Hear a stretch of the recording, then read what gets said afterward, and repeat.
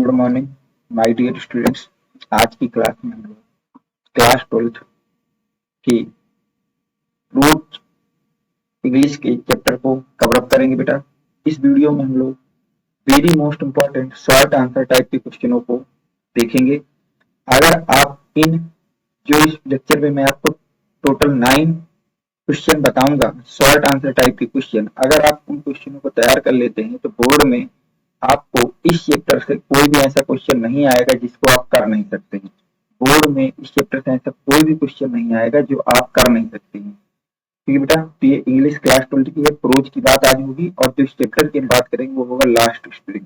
Last spelling के जितने भी आपके very most important short answer type के क्वेश्चन बनते हैं उन सबको आज हम इस वीडियो में कवर करेंगे। चलते हैं बेटा सबसे पहले क्वेश्चन पे। पहला क्वेश्चन आपका क्या कह रहा है?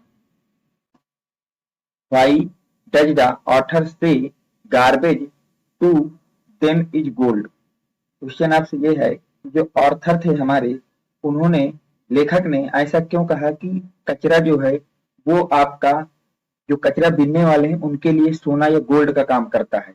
ये बात आपसे पूछी गई क्वेश्चन में कि व्हाई डज द ऑथर से, जो ऑथर थे या जो लेखक थे उन्होंने ऐसा क्यों कहा कि garbage to them is gold, जो कबाड़ी हैं उनके लिए जो कचरा होता है वो गोल्ड की तरह होता है। तो देखिए बेटा, garbage is the only means of survival for them. Garbage का मतलब क्या बेटा?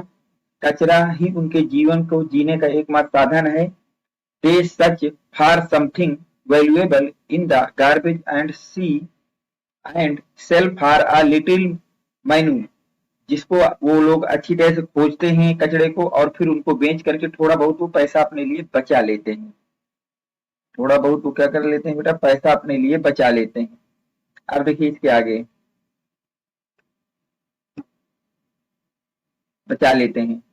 दे which there tent wherever they can find rags, और वो उस कूड़े को काफी खोजबीन करते हैं तब उसको निकालते हैं। और so the author rightly say that garbage is no less than gold to the rag picker. बताते हैं इसलिए जो गोल्ड है, जो आपका कचरा है, वो रैक पिकर्स के लिए, कबाड़ियों के लिए किसी सोने से कम नहीं होता है। उम्मीद करता हूँ कि ये क्वेश्चन आपके समझ में आ गया होगा। चलते हैं नेक्स्ट क्वेश्चन की तरफ। अगला क्वेश्चन आपसे क्या कह रहा है बेटा? अगला क्वेश्चन आपसे कह रहा है, अब अगला क्वेश्चन आपसे कह रहा है, how many rag pickers use to live in Seemapuri Delhi, how did they settle there. बोला जा रहा है कि सीमापुरी जो दिल्ली में स्थित है उसमें कितना कूड़ा बीनने वाले लोग थे और वो वहां कैसे बसे थे। तो in Seemapuri Delhi more than 10,000 rag pickers, more than 10,000 rag pickers, कितने बेटा? 10,000 rag picker use to life. जो सीमापुरी थे वहां लगभग 10,000 से भी ज्यादा कबाड़ी रहते थे। They have lived there for more than 30 years, वो यहाँ 30 सालों से अधिक समय से रह रहे हैं। As they are the squatters who come from Bangladesh in 1971। तो जब वे 1971 में बांग्लादेश से आए थे, प्रवासी के रूप में हमारे देश में आए थे और 30 सालों से भी ज्यादा समय से हमारे यहाँ रह रहे हैं। ये इसका आपका आंसर हो जाएगा। चलते हैं बेटा नेक्स्ट क्वेश्चन की तरफ। नेक्स्ट क्वेश्चन आपका क्या कह रहा है? देखिए नेक्स्ट क्वेश्चन की बात करें तो नेक्स्ट क्वेश्चन आपको दिया गया है, why have the rag pickers come to live in Seemapuri. कूड़ा बीनने वाले सीमापुरी में क्यों रहने आए थे? क्वेश्चन आपसे कह रहा है। तो वंस साहब parents lived in Bangladesh amidst the green field of Dhaka. तो जो आपके इन साहब जी थे, साहब जो था उसके जो माता पिता थे वो आपके बांग्लादेश में हरे भरे खेतों, बांग्लादेश का एक शहर है ढाका, वहां पे उनके हरे भरे खेतों के बीच में वो लोग रहते थे। क्या कहते बेटा? वहां पे ये लोग रहते थे, वहां पे ये लोग रहते थे। Many storms swept away their field, their field and homes, यहां तक तो बात हो गई। They were rented, that's why they had to leave there.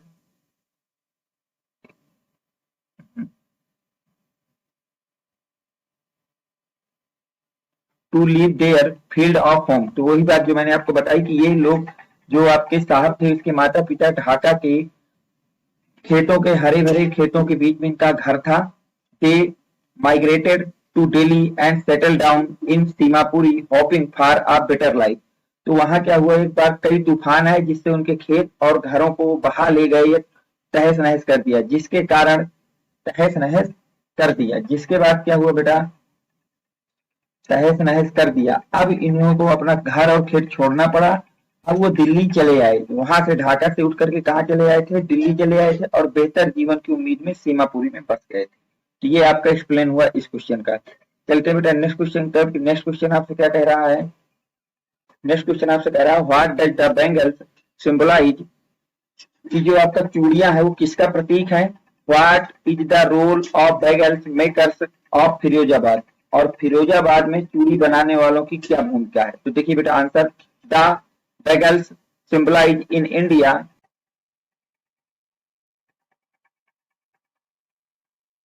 Women suhags. The bangles makers of Firozabad produce the largest quantity of bangles in the country and export bangles to all over the world।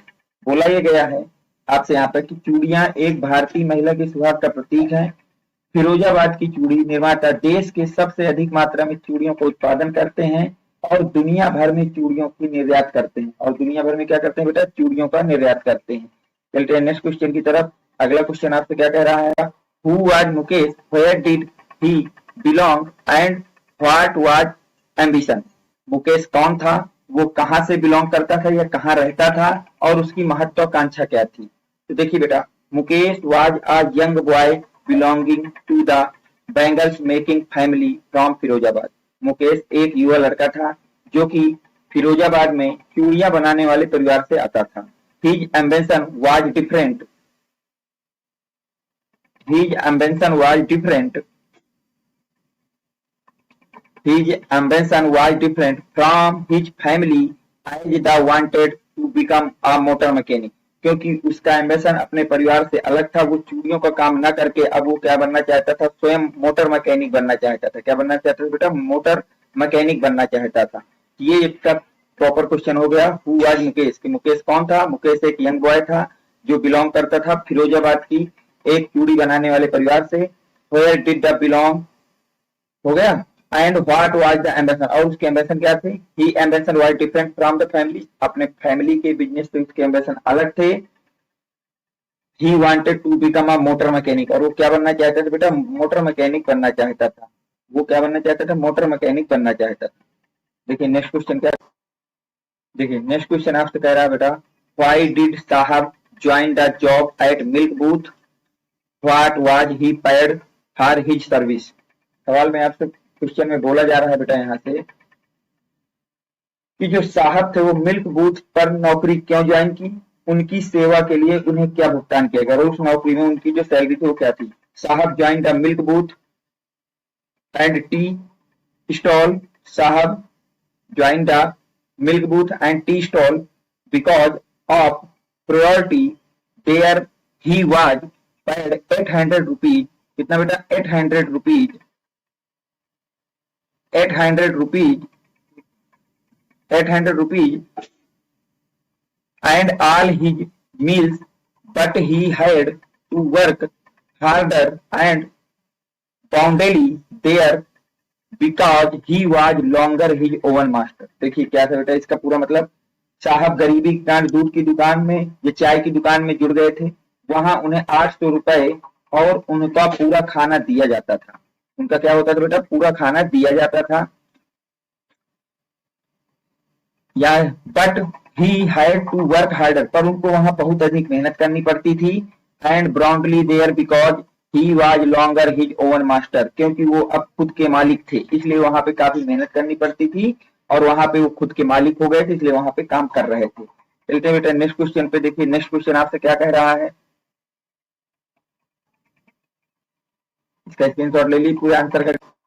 Why did any jinx ask साहब about the school, about the school what was its impact on साहब। बोला गया है कि अनीश जैंग ने साहब से school के बारे में क्यों पूछा, उनका साहब पर क्या प्रभाव पड़ा। देखिए इसका आंसर देख लीजिए बेटा। अनीश जैंग आस्क्ड साहब about the school because he wanted to know about the initiations of साहब regarding studies। अनीश जंग ने साहब से स्कूल के बारे में पूछा क्योंकि वह पढ़ाई को लेकर साहब की मंशा के बारे में या उनकी क्या सोच है उसको जानना चाहते थे। ठीक बेटा। At the offer Saheb immediately got ready to join the school. जिसके बाद लेखक ने अपना प्रस्ताव दिया या उनसे कहा कि साहब तुरंत स्कूल में शामिल होने के लिए तैयार हो गए। ऐसा क्या उन्होंने कहा कि साहब जो है तैयार हो गए। ठीक है। Ready to join the school. Thought the author offered him non survival offered him non seriously. हालांकि लेखक उन्हें गैर गंभीरता से पेश किया था, ये अलग बात है। तो यहां तक आपकी पूरी बात हो गई बेटा। ये आपके इस चैप्टर के very very most important question थे जो आपको यहाँ पे कराए गए थे। इन क्वेश्चनों को लेकर के आपके सामने कोई डाउट नहीं होना चाहिए। ठीक है। तो इस चैप्टर के सबसे ज्यादा इंपॉर्टेंट क्वेश्चन थे जो मैंने करा दिए हैं लॉट स्प्रिंग में। इसके अलावा आपको कोई भी अन्य शॉर्ट आंसर पढ़ने की जरूरत नहीं है। पूरा का पूरा शॉर्ट आंसर इन्हीं 9 में से कोई ना कोई पूछा जाएगा। उम्मीद करता हूँ कि ये वीडियो आपके समझ में आए होंगे सारे क्वेश्चन। अगर कोई क्वेश्चन आपके समझ में नहीं आया है तो आप कमेंट सेक्शन में बता देंगे, उसको मैं नेक्स्ट वीडियो में दोबारा समझा दूंगा। आप देखिए जो बच्चे अभी तक मेरे टेलीग्राम चैनल से नहीं जुड़े हैं वो बच्चे बेटा 7880960882 इस नंबर पे बेटा व्हाट्सएप करेंगे, अपना नेम लिखेंगे, क्लास का नेम लिखेंगे, क्लास का नेम लिखेंगे, डिस्ट्रिक्ट लिखेंगे और किस बोर्ड से हैं आप, ये चीजें इतनी चीजें लिख करके मुझको प्रोवाइड करा देंगे तो मैं आपको वहां से टेलीग्राम चैनल की लिंक दे दूंगा। वहां से आपको टेलीग्राम की चैनल की लिंक प्रोवाइड होगी जहां जाकर के आपको जुड़ जाना है। अगर वीडियो आपको पसंद आया तो वीडियो को लाइक करें, चैनल को सब्सक्राइब करें। Thanks for watching. Next video comment.